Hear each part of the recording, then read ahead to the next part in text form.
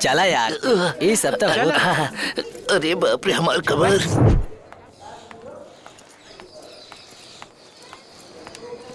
हे रुक। कहा बे? कहा बे? तमीज से बात करा वरना मारब ना। मंदिर में हमार माँ से का कतरा लू? का?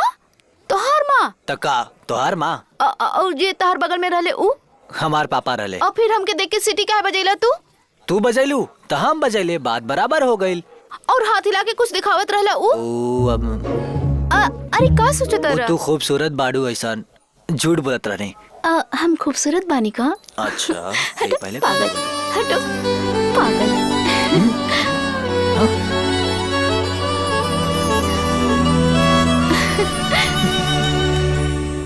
पागल कहीं का। हमरा से शादी कब कर? अरे कोनो सुन ली, धीरे बोला, कॉलेज में बानी हम। Good morning sir. Good morning. ए मोटा सुना, तू गुड मॉर्निंग ना बोल बा। सॉरी सर, हमारे रात में लोड। मुंह में का भर रख ली पड़ा? लोड बा सर। लोड के अनलोड करा तो हर बस एक काम बा, खाना और घूमना। चल जा क्लास में। Sorry sir.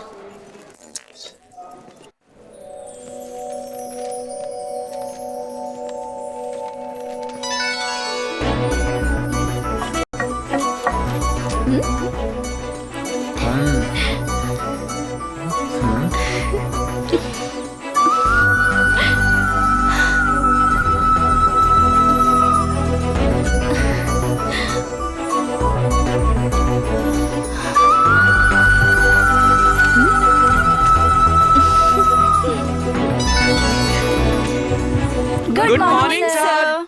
Sit down everybody. Thank you sir. आज हम का पढ़ावे वाला बानी? कुछ नहीं के पढ़ावे वाला। कौन बेवकूफ बोलल? ऐसा ही डर बना के रखा तो नहीं खातिर अच्छा होखी। घर बनावे खातिर का जरूरी बा? दिमाग की जरूरत। तोरा पता नहीं कहता मत बोला, बैठ जा।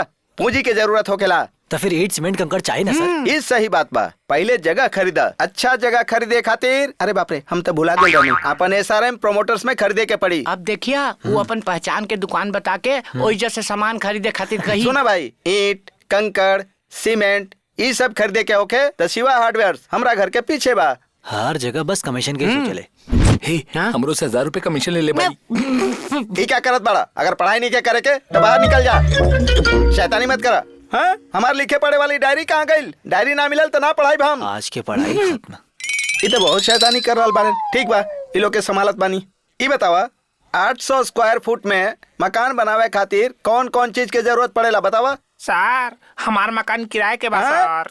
घर के मालिक से पूछ के बताइए। एक्चुअली तोरा खातिर घर के जरूरत नहीं के, गोडाउन बनावे के पड़ी। मीनाक्षी सर, जमीन चाहे कितना भी होके, पर हमने के मॉडल के आधार पे ही तय होके के चाहिए। Very good. मुकेश तू बतावा। बना के दिखा बता नहीं सर। हाँ, तू हमरा जिसन लिख के बताइबा।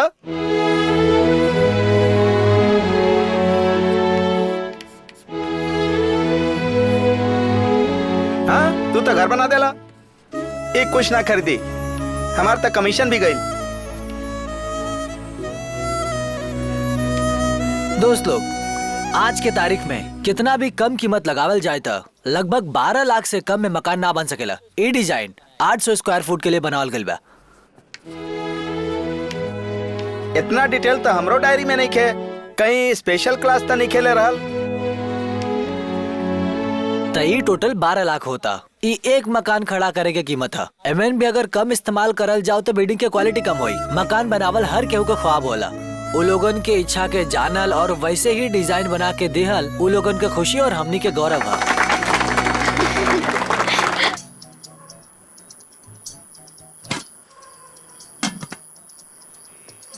कॉलेज के दोस्त नजर नहीं क्या होके चाहिए। हे दीदी सुना ना। हे दूर हो वरना तोरे मुंह पे फेंक दे। चल। गुस्सा क्या करता हूँ? थोड़ा सा प्लेट में डाला ना। ले ले तो 2 इडली, लेकिन सांबर 7 बार ले ले। इडली से सांबर खाला और सांबर से इडली। का बोलत रहेलू? थैंक यू दोस्त।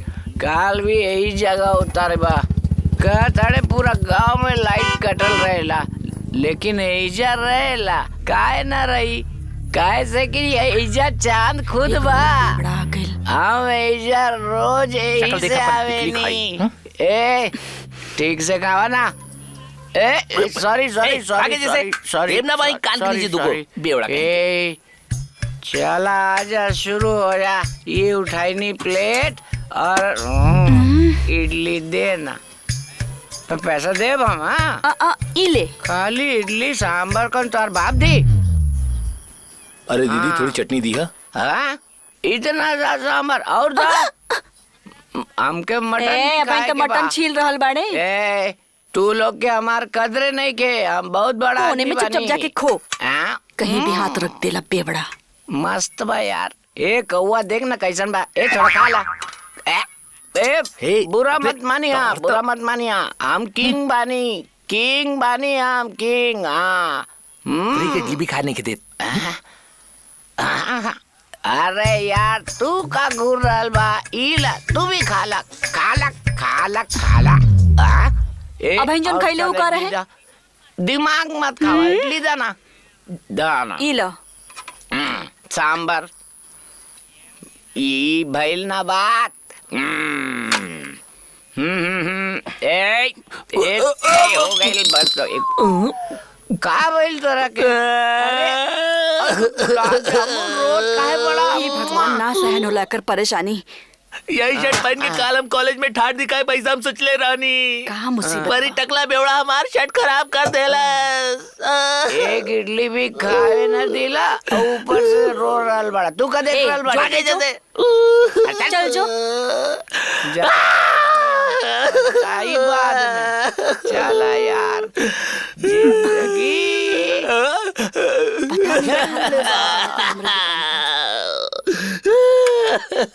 एजा लइका खातिर गार्डन होके के चाहिए। ठीक हाँ बा? समझ गया सर। डी ब्लॉक जाए खातिर रास्ता भी होके के चाहिए। एजा हो सिक्योरिटी गया ऑफिस और एकरा ऊपर शिवराम कंस्ट्रक्शंस का लोगो होके के चाहिए। ठीक बा? ओहो। एकरा ऊपर सीनियर सिटीजन खातिर हेल्थ क्लब। ए भाई गाड़ी काहे रोक देला? शिवराम कंस्ट्रक्शन जो हम समझौनी समझ गईला ना। हाँ सब हो ठीक जाएगा है सर। ई के बाजे हमारे इलाका में बोर्ड लगा देले बा। अरे हुए तो हम भी कहता नहीं, पूछ लिया जाए। ये जाओ रे पूछा। ये गाड़ी चला। उन करा के हमार सब डिजाइन और कॉन्सेप्ट समझा ठीक दिया। बा सर। गोविंद सर। जमीन खातिर जो भी चेक देले बनी वो पास भाई के ना देख के हाँ, देख के बताओ। बताओ तनी सर। और गोडाउन खातिर कितना सामान लगी सब जाने के बाद हमरा हाँ के। ठीक बा सर। वर्कर्स के पेमेंट करवा दिया। अच्छा सुना, पहुंच गए नहीं एक छोट से करेक्शन बा जा। का सर? हाँ? फ्लैट बनावा ताड़ा का? रहुआ के यही एरिया का है सर। स्क्वायर फीट कितना कहा? 5000 5000 रुपया। 5000 ना सर, 3000 एजा का रेट बा। नकल कर रहा बड़ा। हाँ? हमनी के बिल्डिंग के क्वालिटी ऐसा बा। एक बार बन जाए दी फिर देखिए, फिर आके रेट पूछिया। ऐसा बात बा का? भूल मत जाइए सर, बताइए जरूर आई हम। ऐसा का? ठीक बा। चला तानी सर। ए चला गाड़ी निकाला। गोविंद सर के बाड़े ये लोग पागल के जैसे बात करके चल गई। सर ये एरिया में ऐसे लोग रहेले। ठीक बा तू ऑफिस जावा, हम शाम के मिलता नहीं। ओके सर। ठीक बा।